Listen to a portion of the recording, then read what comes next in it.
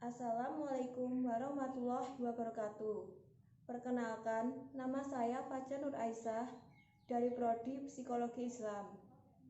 Di sini saya akan menjelaskan tentang definisi Al-Quran, fungsi Al-Quran, dan nama-nama Al-Quran. Yang pertama, definisi Al-Quran. Al-Quran menurut bahasa, bacaan atau suatu yang dibaca secara berulang. Sedangkan menurut terminologi, Al-Quran artinya firman Allah SWT yang diturunkan hanya kepada Nabi Muhammad SAW sebagai sebuah mukjizat untuk kemudian disampaikan dengan jalan mutawatir atau yang diriwayatkan oleh sejumlah banyak orang yang menurut kebiasaan mereka terhindar dari melakukan dusta mulai dari awal hingga akhir sanad.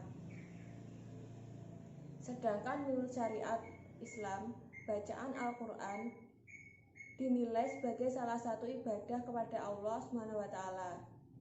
Firman Allah SWT diturunkan pada Nabi Muhammad yang disampaikan melalui malaikat Jibril alaihissalam. Kemudian ditulis kepada para mushafnya untuk disampaikan kepada umatnya, di mana membaca dan mempelajari isi Al-Quran sendiri diawali dengan bacaan surah Al-Fatihah dan diakhiri dengan surah An-Nas yang termasuk surah Al-Makkiyah. Fungsi Al-Quran ada 4. Yang pertama, sebagai petunjuk bagi manusia.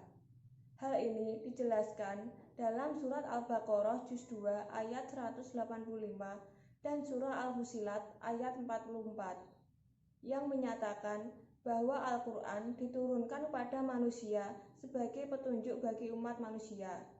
Yang kedua, sumber pokok dari ajaran agama Islam. Hal ini telah diyakini dan juga diakui kebenarannya oleh hukum Islam.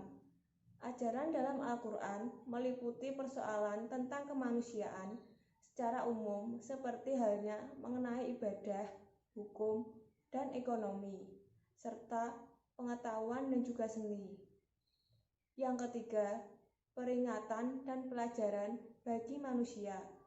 Dalam Al-Quran juga banyak diterangkan mengenai kisah para nabi dan umat terdahulu, baik itu umat yang melaksanakan perintah Allah SWT maupun umat yang menentang dan bahkan mengingkari ajaran Allah. Kisah tersebut diharapkan dapat menjadi pembelajaran bagi kita sehingga kita dapat mengambil hikmah dari berbagai kisah. Yang keempat, mukjizat Nabi Muhammad. Al-Quran merupakan wahyu Allah yang berfungsi sebagai korektor serta penyempurna dari kitab-kitab Allah SWT yang telah diturunkan sebelumnya. Bahkan Al-Quran juga mempunyai nilai abadi karena selamanya tidak pernah bisa diubah. Nama-nama Al-Quran ada 4. Yang pertama, nama-nama Al-Quran ada 4. Yang pertama, Al-Quran merupakan nama yang paling populer dan juga paling sering digunakan dalam kitab suci terakhir yang diturunkan oleh Allah SWT kepada Nabi Muhammad SAW. Al-Quran berarti bacaan atau suatu yang dibaca. Salah satunya ayat Al-Quran yang menyebutkan nama ini adalah surat Al-Baqarah ayat 185. Kedua, Alkitab juga sering sekali disebut sebagai Kitabullah yang artinya kitab suci Allah SWT dan dapat juga diartikan sebagai suatu yang ditulis. Ayat Al-Quran yang menyebutkan nama ini adalah surah Al-Baqarah ayat 2 dan surah Al-Imran. Yang ketiga, Al-Furqan.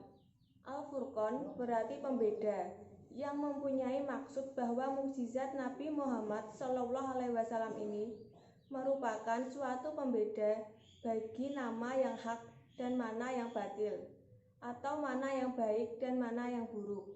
Nama Al-Furqan sebagai salah satu nama Al-Quran termasuk surah Al-Baqarah. Yang keempat, Al-Zikir. Al-Zikir artinya adalah pemberi peringatan, di mana Al-Quran dapat memberikan peringatan kepada manusia. Adapun ayat dalam Al-Quran yang mengandung nama ini terdapat dalam surah Al-Hijr ayat 9. Sekian dari saya. Apabila ada kurang lebihnya, saya mohon maaf. Wassalamualaikum warahmatullahi wabarakatuh.